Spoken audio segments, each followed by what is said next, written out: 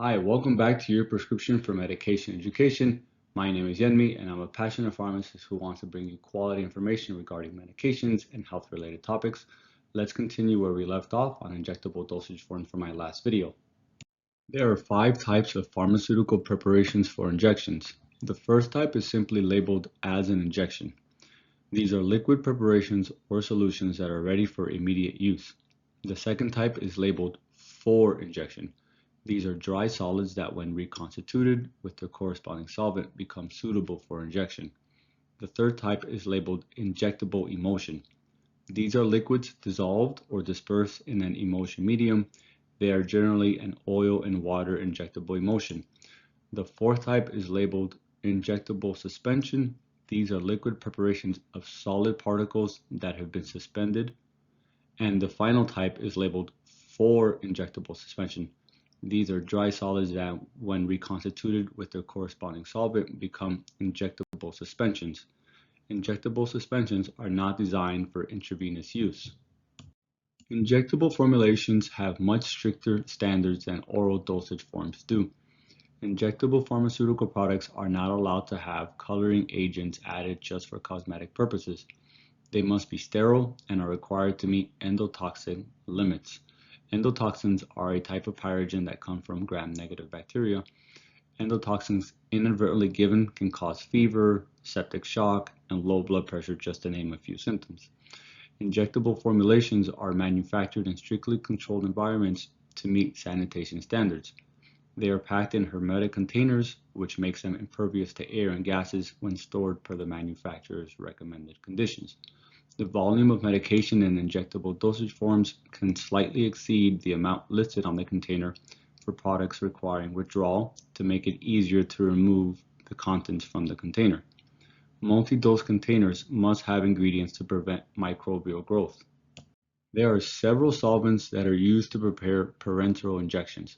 Water for injection meets the USP standards for purified water, which means it cannot contain more than 1 milligram of solids per every 100 mLs and must also be pyrogen-free. When added, it may not be sterile initially, but the final product will be sterilized at some point. Sterile water for injections differs from water for injection by allowing it to have more solids than water for injection, which is a consequence of the leaching that occurs from glass-lined containers during its sterilization process. It is not allowed to have antimicrobial agents and is also considered pyrogen-free. Bacteriostatic water is sterile water, but also has antimicrobial substances added. They may not be packaged in containers of more than 30 mLs per unit. These can only be used in injectable preparations that are given in small volumes because of the possible toxic effects of the preservatives. It's recommended to avoid bacteriostatic water if the preparation requires more than 5 mLs of solvent to be added.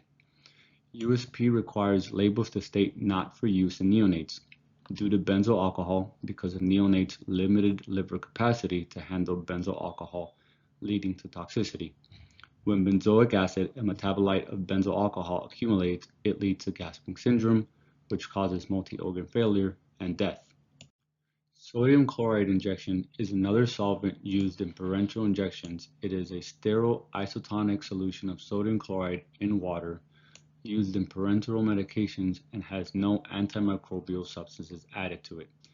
It's used to provide fluids and often used as catheter or IV line flushes to maintain patency, in which about 2 mLs are pushed after each use or every 8 hours if the line is not in use. Bacteriostatic sodium chloride is the same, except it has antimicrobial agents. These are not intended to provide fluids, but they can be used to flush IV lines, but should not be used for neonate IV lines. Ringer's injections is a sterile solution of sodium chloride, potassium chloride, calcium chloride in water used as a solvent for medications or hydration. Lactated Ringers adds a sodium lactate, which can assist in correcting mild metabolic acidosis. Injectable formulations are classified as either small volume or large volume parenterals.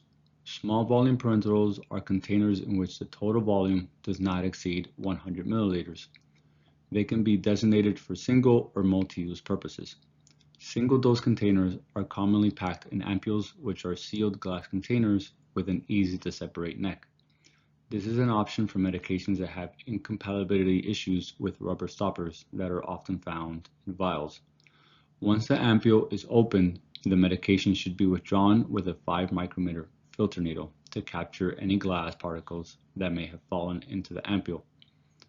Vials can either be single or multi-use vials, which have a rubber stopper that must be punctured to withdraw the medication. The majority of rubber stoppers are not made of natural rubber latex, and if they do, the FDA requires the label to state this product contains dry natural rubber or a similar statement. The rubber stoppers are designed to reseal, which limits airborne contamination. Multi-dose vials, as previously mentioned, must have preservatives and are limited to 30 mL total. When a vial is punctured, there is a risk of coring and fragmentation. Despite being used interchangeably, coring and fragmentation are two different mechanisms. Coring happens when a piece of the rubber stopper is punched out, which can enter the syringe. On the other hand, fragmentation is the formation of small, irregular particles that can occur when a needle pierces through the rubber closure and abrades the rubber material. Either way, if a piece of rubber is injected into a patient, this can cause obstruction of small vessels, inflammation, or possibly embolisms. Inserting the needle with the bevel up and a 45-degree angle can minimize the risk of either coring or fragmentation from occurring. Another small volume parenteral dosage form is the prefilled syringe. These are medical devices preloaded with a specific single dose of medication and have three main components: the barrel, the plunger, and the needle. There are several advantages of a prefilled syringe. The pre-measured dose reduces dosing errors. It eliminates the risk of coring and fragmentation associated with manual withdrawal from a vial via syringe. For manufacturers, it reduces waste of medication by not having to overfill vials. They can range from 0.25 mL to 5 mL in volume. Autoinjectors are another small volume parenteral dosage form. These are essentially pre-filled syringes or are cartridge-based medication reservoirs that are designed to automatically insert the needle and perform the injection with a simple click of a button.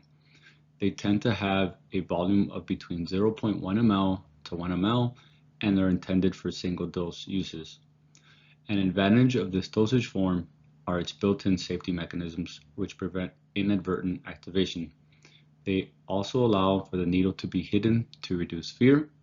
They can provide tactile and audio injection feedback and can have needle stick prevention technology built in. Pen injectors are cartridge-based systems in the form of a drug delivery pre-filled pen. Pens allow for individualized dosing using a dial and dose mechanism. They allow for multiple uses before discarding. Some pens have a cartridge-based system, which requires the medication cartridge to be exchanged instead.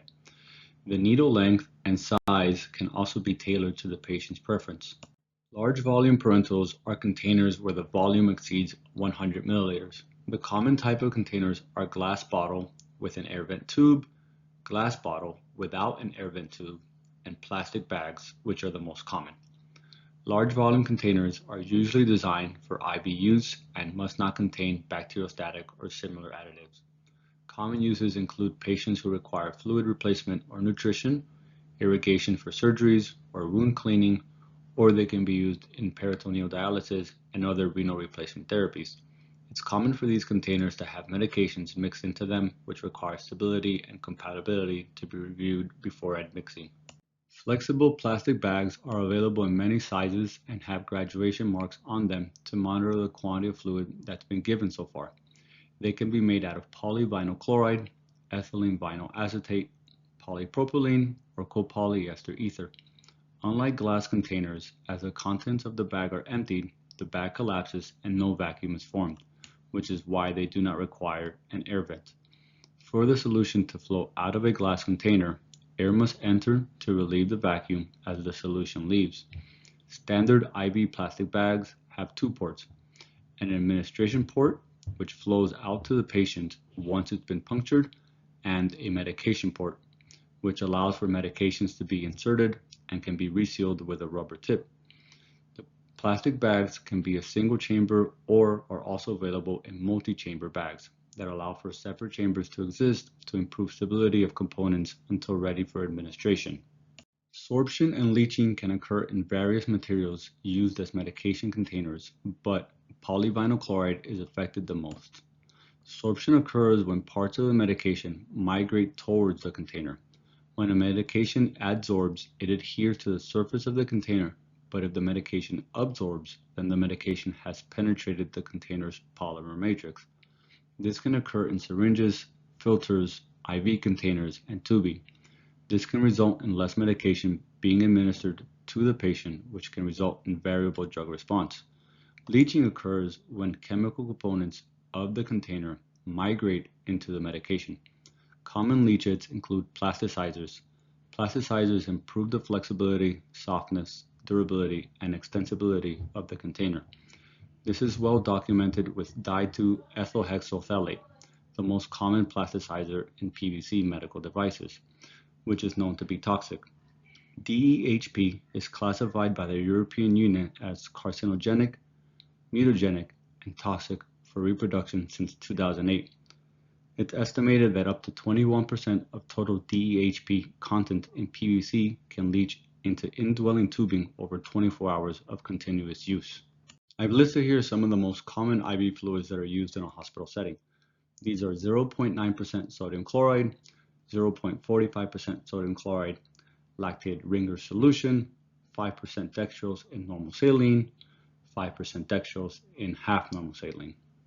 In this slide, I've listed the components of the contents per liter just for reference of the IV fluids that I just went over in the previous slide. When an injectable medication is mixed with another medication or placed into a container, it's crucial to check for incompatibilities. This can be a physical incompatibility, which is often clearly visible because the final product's appearance changes. This is often a color, clarity, or formation of precipitates. Or a chemical incompatibility can occur, which isn't always visible. This can result in reduced potency, formation of toxic products, and the breakdown of the medication. Various factors play a role for why medications may not be compatible when mixed with another medication or container. Changes in pH can affect the stability. The excipients may be incompatible and can cause solubility instability. Changes to a medication's concentration when diluted also affects its stability. Light can cause photodecomposition when a medication is removed from its light protected container to one that does not protect it from light. And temperature also plays a role in ensuring medications are compatible when admixed. Parenteral medications, especially IV medications, are associated with serious medication errors. Tristel's Handbook on Injectable Drugs is an essential tool pharmacists use to ensure IV medications are compatible when they are mixed and is utilized as a reference to review proper storage is followed as well. This has been your dose for medication education. I do hope you enjoyed today's video. If you did, please like and subscribe. If you have any questions or any suggestions, please give me some feedback. I would like to hear back from the audience. I know I don't have a lot of viewers, but the few viewers that do watch my videos, I would like to hear back from them. Anyways, the reference slides are to follow. Have a great day.